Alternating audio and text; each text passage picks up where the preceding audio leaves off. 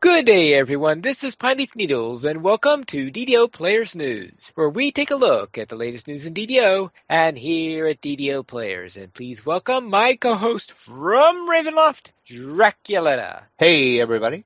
Hello, or good evening. I thought about doing that, but Yes.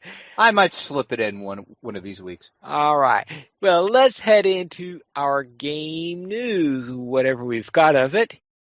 Story is that Update 29 is going to be towards the end of the year, which means not in November, definitely. Nope, but it looks like we might be getting Lamania, though. A player on the forums posted this in the general section. Can we get a little bit earlier heads up on when Update 29 is going to hit? And several responses in. Cordovan responded by saying, quote, U29 is currently targeted towards the end of the year. That's about as close of a time frame as we can currently give you. If everything goes according to plan, we expect to have a first build on Lamania in around 2 to 3 weeks. And this post was posted on November 5th, so that should give you roughly around the time frame of what 2 to 3 weeks would be. So I would say towards the end of the month, we should be getting Lamania, hopefully. I would say it's more likely to be 3 than 2 because 2 weeks would put it right on the day before Thanksgiving. Ooh, that is true. That is a good point. Right? Oh, no, sorry. I take that back. Sorry, that's 3 weeks will be the day before Thanksgiving. So probably more like 2 weeks than 3 weeks. So I can't see them doing it the day before Thanksgiving, but what day do they usually drop? It's usually Tuesdays most. Oh, okay. So No, are you talking about the updates or Lamania? Lamania. Lamania usually is Fridays. Well, right. So that'll. It's here lately. They've just been doing weekend only Lamanias. All right. So my guess would be around the 20th then. So everybody take note of that. We'll see if Pineleaf was right. We'll see if that's right. Otherwise, it'll be the day before Thanksgiving, and they'll have a long weekend for Lamania. And hope that Lamania doesn't crash in the meantime. Well, nobody will be there to fix it, if so. Well, you do have whoever's working at the data center, but well, that's true. They're knowledgeable about rebooting computers, not necessarily about the stuff that can go wrong with DDO. It's the famous IT adage, have you tried turning it off and on again? Yeah, there is that. All right, and as this is the month of November, Team Turbine is asking for support on the matter. What exactly is this all about? Movember. Jerry did it last year. Of course, Jerry being Cordovan. Did it last year as well. It is in support of men's health. So anything men's health related, a lot of it goes to do with making sure you get like cancer screenings.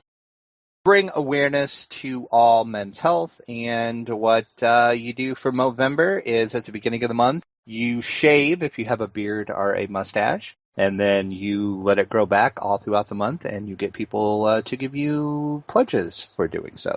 And once again, as I said, Jerry is doing it. His page, if you want to support him personally, is mobro.co/Jerry Snook. And there is also a Team Turbine with a couple of the DDO players decided to hop on as well, too. And Jerry is doing some little giveaways as well for once he reaches the $250 mark, the $500 mark, the $750 mark, the $1,000 mark, and the $2,000 mark, which we have already met that. The DDO community has just rallied around this, and they are past $2,500 so far.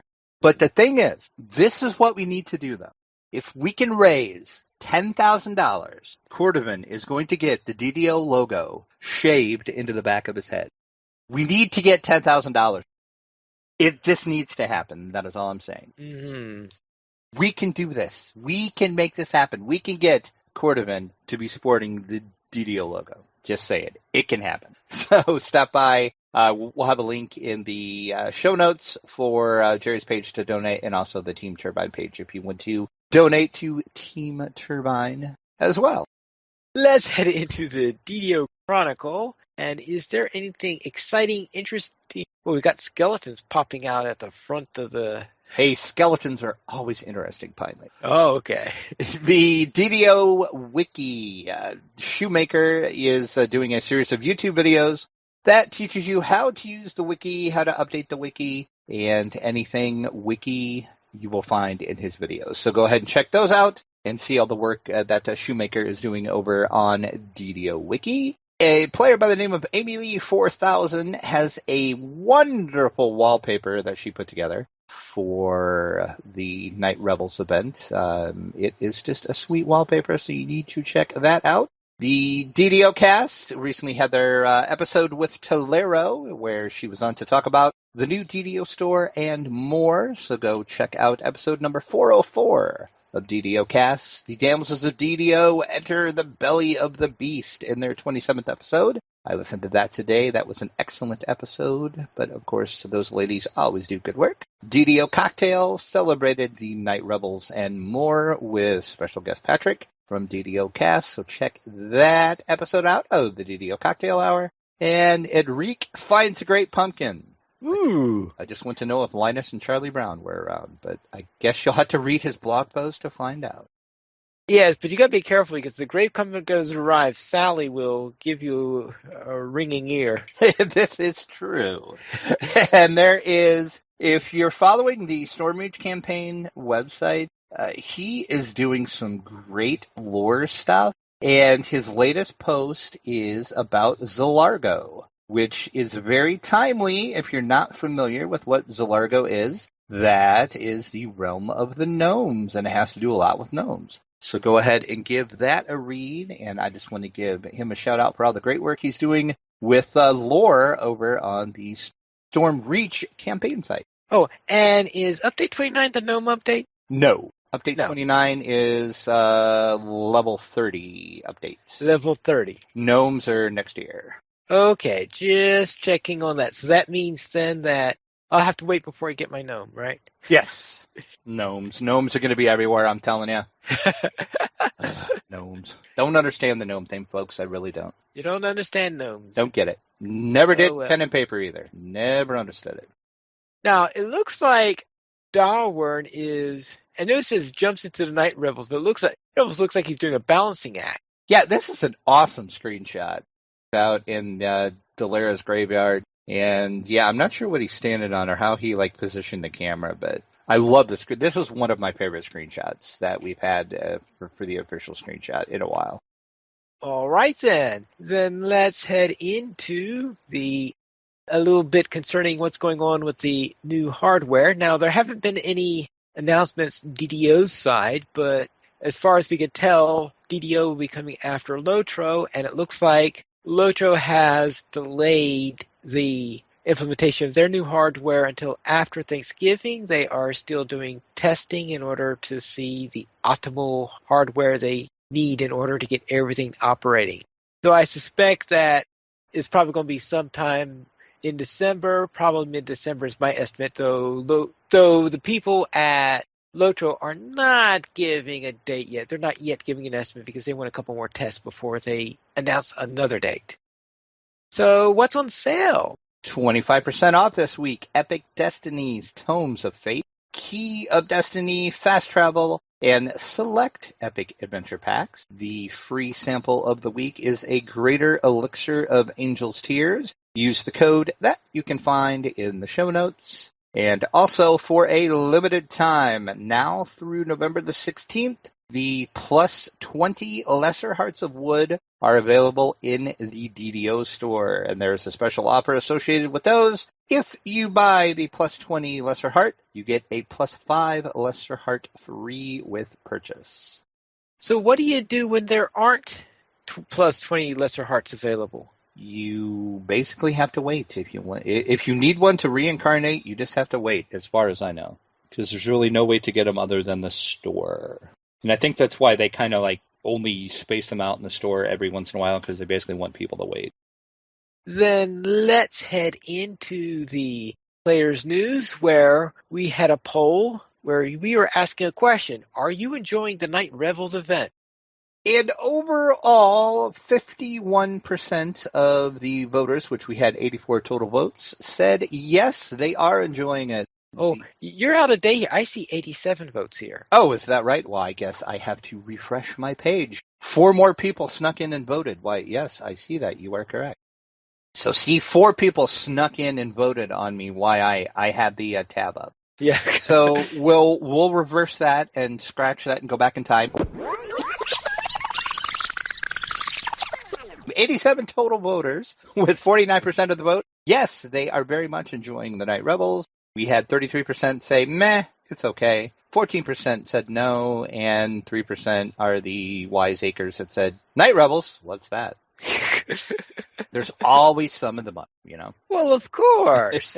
We had quite a few comments on this on our site and over on the forums as well. It looks like Saki said, on my level 15 to 16 rogue, I found the challenges over level, so 21 to 22 range, to be tough. This made them fun. Had to pull out the tactics.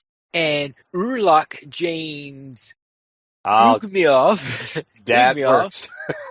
Yes. Tactics made this fun, not too grindy, and doesn't get boring. Objection to the poll. Highly slanted, skewed, spun against the Night Rebels. 1 option positive, 3 neutral to negative. If options was there for someone to be more positive than a mere yes, would have given 2 thumbs up. Looking forward to more challenges next time and non-expiring mats. And I will agree with him. After I read his comment, I did kind of look at the poll, and I guess I should have given a few more options for yes, because I do agree with him. It was kind of, the poll looked like it was geared towards negative, and I didn't mean to do that on purpose.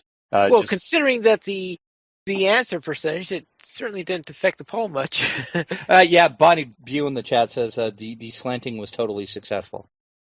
From the forums, Memnar said, not really, but since I didn't expect to, I can't say that I'm disappointed in the least. Happy for those who are enjoying it, and in no way want to detract from their enjoyment. I just think it's been a very long time since DDO had an event worthy of the moniker of, quote, special, end quote. And Starless70 said, I like this better than the old one, personally.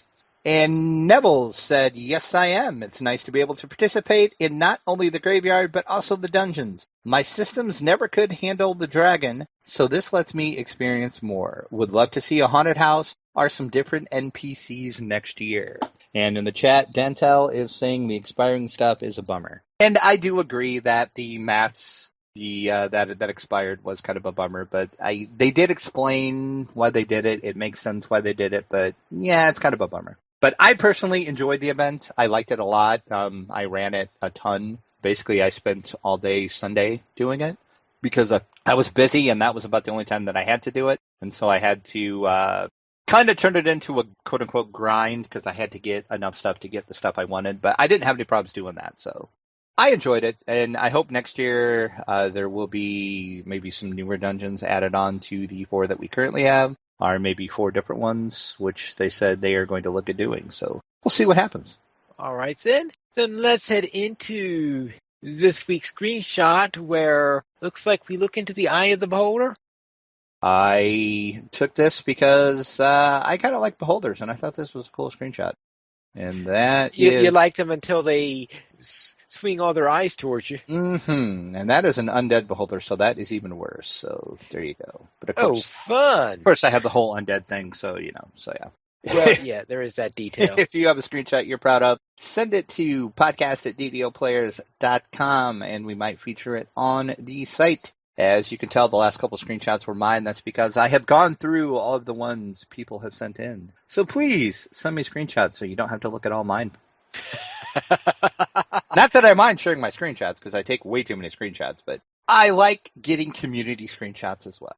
Let's head into the news beyond DDO. And the Sword Coast Adventures Guide hits Fantasy Grounds. Well, that was quick. Yes, Fantasy Grounds is wasting no time getting the new stuff up into and associated with Fantasy Grounds. They did say they were committed to working with Wizards of the Coast, and they very much so are. Because this hit Fantasy Grounds the same day the book was released. So you can run through and do all that. And I got my book, and I can say I love the book. It's awesome. so many options, and it's good to see you can do this in Fantasy Grounds as well. Yes, I have only had a chance to briefly skim through it so far. Seems to have a lot of interesting stuff. I do have to hope this is a decent place to look if you're new to the realms. It is. They do go through a lot of the realm history and some of the other things of the realms. So yeah, I could recommend several other things if you're newer to the realms, though. But this will give you a good overview. And Dantel in the chat is asking, "What's Fantasy Grounds?" Fantasy Grounds is like Roll20. It's basically a place where you can go online to play Dungeons and Dragons. But the big advantage that Fantasy Grounds has over Roll20 is Fantasy Grounds has the license from Wizards of the Coast, so they can actually use assets and stuff from Wizards into the game. Hence, that's why that we get the actual, like, the monster manual. All the monsters from the 5e monster manual are incorporated already. The player's handbook is incorporated already. All the stuff from Sword Coast Adventures is now incorporated. So it's just a fun virtual tabletop that you can play D&D with friends if you can't actually get together around a table. I must say that when I was reading the Sword Coast Adventures Guide, one thing, it did highlight my pet peeve with fantasy, I guess you could say, world description books, world books. And that is how it happens that they have all these different peoples, all these different languages, and they all have these completely different looking alphabets that have the same 26 letters represented. It's like, yeah! Only you would think about that, Pineleaf. Well, yeah, probably. I'm sure some if a philologist read one of these, he would also think about it. Again, only you, Pineleaf. All right, let's head to the tabletop. And Cryptozoic has announced the release date for Ghostbusters board game. I'm surprised that after all these years, there hasn't been a Ghostbusters board game. I am too, actually. I was really shocked at that, too. Or are we sure that there hasn't been one before? To my knowledge, no. There's been a couple RPGs, but there has not been a tabletop. And, of course, there's been plenty of video games. But there has been no board game yet. Well, actually, that's probably for the best, since until about 10 years ago, 10, 15 years ago, any board game that was based on a PI was probably trash. That is very much true. And going back to our previous conversation about only you would think that Bonnie B in the chat is saying that is known as Pineleaf World Problems. And I agree. I totally agree. Well done, Bonnie. Well done. Pineleaf World Problems. Well done. Back to Ghostbusters, though. Are you troubled by strange noises in the middle of the night? Do you experience feelings of dread in your basement or your attic? Have you or your family ever seen a spook, specter, or a ghost? If the answer is yes, then don't wait another minute. Pick up the phone and call the professionals. Of course, that is from Ghostbusters, as we all know, which is one of the greatest movies of the 80s ever. I love that movie so much.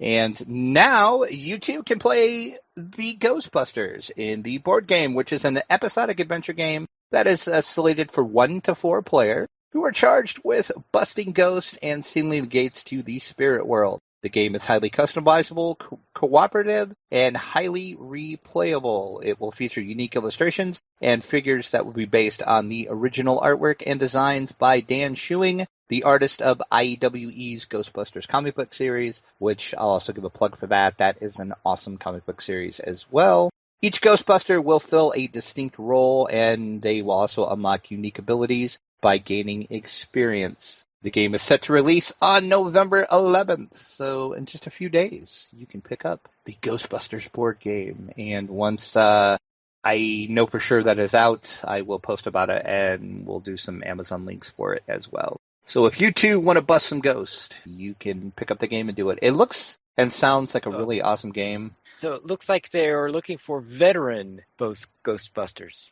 Oh, I see what you did there, finally. Yes. I had to think about it, but I see what you did. I had to think about it, yes. All right, let's go into our week in DDO then. And what did you do last? Oh, you hit 21? I hit 21 on my rogue. Ooh. And I started my Epic Destinies as well. And this is due in part to two people. I got an email from Saba Jade. She listened to the show last week where I talked about that. I hit 20. And she said, did you go talk to the Fate Spinner yet and do your Epic Destiny? And I was like, huh? What? So she kind of explained some stuff to me, and then I decided to send Bonnie an email, and I asked Bonnie, I said, Bonnie, give me the short explanation of Epic Destinies and why I would want to do one. And she sent me an epic book-length email where she explained them in great detail, which I thank her for, because now they actually make sense to me. So I went and talked to the Fate Spinner, and I am now doing my Shadow Dancer Epic Destiny. So, all right. And is that some sort of quest that you do in order to... No, it's a different enhancement tree that you unlock once you hit 20. Okay. It's the easiest way that, at least how I look at it, and I'm probably going to explain this all wrong, but I just look at it as another enhancement tree that you have that will give you better abilities and skills to use. And you earn experience through your Epic Destinies as well as regular experience, if that makes sense. So you're basically earning two things of experience. Okay. And Bonnie in the chat is saying that wasn't really an epic version. That was just a Cliff Notes. She's just wordy. Well, I appreciate it because it made sense to me. So, yes, so I am starting my Shadow Dancer Epic Destiny, and Dantel is saying he finds them confusing, and I agree, sir, they are confusing. But the way I'm looking at them is they're just another enhancement tree to go through, so more on that later. I did do, as I said earlier, the Night Rebels.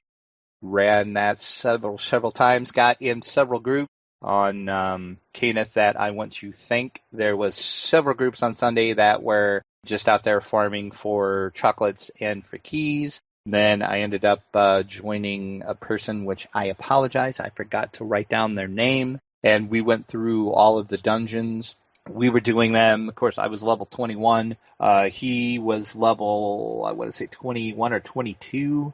And he set the dungeons at 26 because he wanted to get maximum amount of mats out of the dungeons. And it actually wasn't bad. I actually held my own. He was a paladin, and he was kind of giving me some tips on some things to try and to try to make my rogue better. So I apologize. I will have to look because I added him to my friends list. I will look at my friends list, and next week I will let you know what his name was because that was just an awesome time going through with him. And he didn't mind that I even died a few times because I was way over level. I mean, the dungeons were way over level for me, and I'm not very well geared as I'm finding out that I'm doing this harder stuff now. So that's something I will work about. And then after I got done with the Night Rebels, I had enough stuff to craft my Endless Night augment, which is the one that I wanted. So now I have that. I haven't put it into anything yet. I'm deciding what to put it on. I decided, well, I'm going to go ahead and run the Devil's Gambit because I haven't ran that yet this week. And I got a drop. What? I got a drop. And I got the one that I wanted / needed. Ooh. I got dice. So now I'm slicing and dicing. I have both. Slicing and dicing. I got both daggers now. So I'm so excited about that. Just in time for them to be obsolete? Yeah, pretty much. Pretty much. No, I think they'll last with me for a while, but of course, pretty soon I am probably going to have to look at maybe running everything to get the epic versions of them, but that's later down the road. So I don't have to worry about it. Right now, I'm just going to enjoy my slice and dice. Okay. And then I also started the Inspired Quarter quest lines. I ran the Demon's Den. And oh my god, that Merilith is a pain in the butt. Holy crap. That is all I'll say about that. Once I actually figured out, it took me a second to figure out what I was supposed to do, and then once I figured out what to do, and then of course that ticks the Merilith off, and then you have to attack her, and oh my god, so many swords, so many arms, so many tail whips, just, oh, holy cow, that was horrible. It was fun, but it was horrible. Speaking of slicing and dicing. Exactly. And then on my Shitter Kai, which is still level 17, ran the Devil's Gambit for no jobs. Go figure. And then in game, of course, I did something with you, which I will let you talk about, as you always do. Then outside of game, the Dungeons and Dragons tabletop group of my friends, there is another new plan. I keep changing my mind. Another new plan? I keep changing my mind. You decided that you didn't want to run that combat-oriented mission. Kind of. Kind of. The new plan now is I was going to run a classic module. Well, now I'm not going to do that. That is scrapped totally. We are going to embark on a multi-campaign story arc. It's going to stretch out for a long time. This is going to take us forever to run through, but it's going to be It's going to be fun. How are you going to get to run forever if you're going to kill them off in one mission? Because I'm not going to kill them off until the tomb. And they have to be level 10 to enter the Tomb of Horrors. So we're going to start at level 1. We're going to be going through the Rage of Demons storyline. I have enough adventures planned out, which I will get them from level 1 to level 10. And then I'm going to tie the Tomb of Horrors into the Rage of Demons. Because, Demons, Tomb of Horror has a lich at the end of it. I'm going to make it work. So I'm going to tie everything together in a nice little package, and they're going to be a group of players that are used to working with each other. They're going to be attached to their level 1 characters that they've gone from level 1 to level 10, and then they're going to hit the tomb and they're all going to die. So it's going to be a fun time. But it's going to take a while because it's going to take us a while to get from 1 to 10, but I think it's going to be fun, and I think they'll enjoy it. And I told 2 of them about it. I haven't told them all about it yet. And they were pretty excited that, they were actually going to get to do some of the Rage of Demons stuff and see some of the newer stuff. So it should be fun. And once again, we're starting that just in a couple weeks on Black Friday, which, of course, for you, not in the United States, is the day after Thanksgiving. So that is when this is all going to start. So you will be hearing a lot about this. But this is the last time I'm changing my mind. The plan is set in stone. I have it ready. I have the first adventure all ready to go. I have notes. I have some things I'm going to add to it to just give them a little bit more of a challenge and maybe kill 1 or 2 of them, but we'll see. The goal is not to kill them right now. The goal is to level them from 1 to 10 and get them attached. I'm so evil. Get them attached to their character. I'm so evil. You are so evil. Get them attached, take them into the tomb, and then once they die, I'm going to rip their character sheets from their hand. I'm going to place it in a shredder and say, "You're dead." Well, it's the Tomb of Horrors. They're expecting to die, though, when they go in there, right? they all know that they're pretty much going to die in the tomb. Because let's be honest, that's what the Tomb of Horrors was designed for. That was a grudge module designed to kill people. And I know when I played it back in the day, I played it several times. I have never DM'd it, but I played that one. I have never survived it, and I don't know anybody that ever has. So if you're a player in pen and paper that actually survived the Tomb of Horrors, I say good on you, because you're way better than me then. Well, let's face it, you're probably score in the tournament when it was originally held, one where you could easily survive isn't exactly the best tournament one. Especially if only one team survived. You could say, well, we know who the winner is. Right, and Dantel is saying you aren't supposed to survive it, and that is true. It is the ultimate grudge module. And my friends know that, so they're expecting it, so it's not going to be a shock to them. But I think I've described a couple of times what happens when I ran that one. Oh, yes. Survival, yes, is very definitely not common. Exactly. And so that's it. So what did we do this week, and then what did you do this week is the question. All right, we'll begin with my level 17 Artificer, which ran with Drac, and we ran Night Revels, so therefore we went through Haberdashed, Kobold's newest ringleader, and the Snitch and the Lich, and then Under New Ravagement, and those dungeons are brutal. Well, especially for you. I did not understand why you were dying so much. It's like the number of times I was one shot in that dungeon. And we were actually running them on level, so we were running them at 17. And I felt bad for you because you were just dying left and right. I'm like, dude, what is up with you? What? So, yeah, I don't know why you got killed so many times. But other than getting killed over and over, did you enjoy the Night Revels and those dungeons? Well, because I got constantly killed, it was hard to enjoy it. Okay, taking that out of the equation, which That's one? that's sort of like saying, Mrs. Lincoln, other than that, how'd you like to play? Yeah, exactly. Bad question, but let's just pretend you didn't get killed a lot. Which was your favorite dungeon out of those? Which was my favorite? Let's see. I'd like to see. I don't think any of them really jumped out in front of me as saying, "Yay, I'm your favorite." Well, yeah, see, I like to Snitch and the Lich a lot. I think that's my favorite out of them. Of course, I've always kind of enjoyed that original dungeon too, so that probably helps. But I just liked all of them. As I said earlier, I enjoyed the whole event. So, and I never got to do Maybar, so this was like my first, quote unquote Halloween event in DDO. So I enjoyed it. Okay. Maybe it was just a little bit too much undead for me. Well, that too. You're more into undead than I am. This is true. This is very true. Speaking of undead and not dying, how's the Permadeath Ranger going? All right, my Permadeath Ranger, we reached level 4.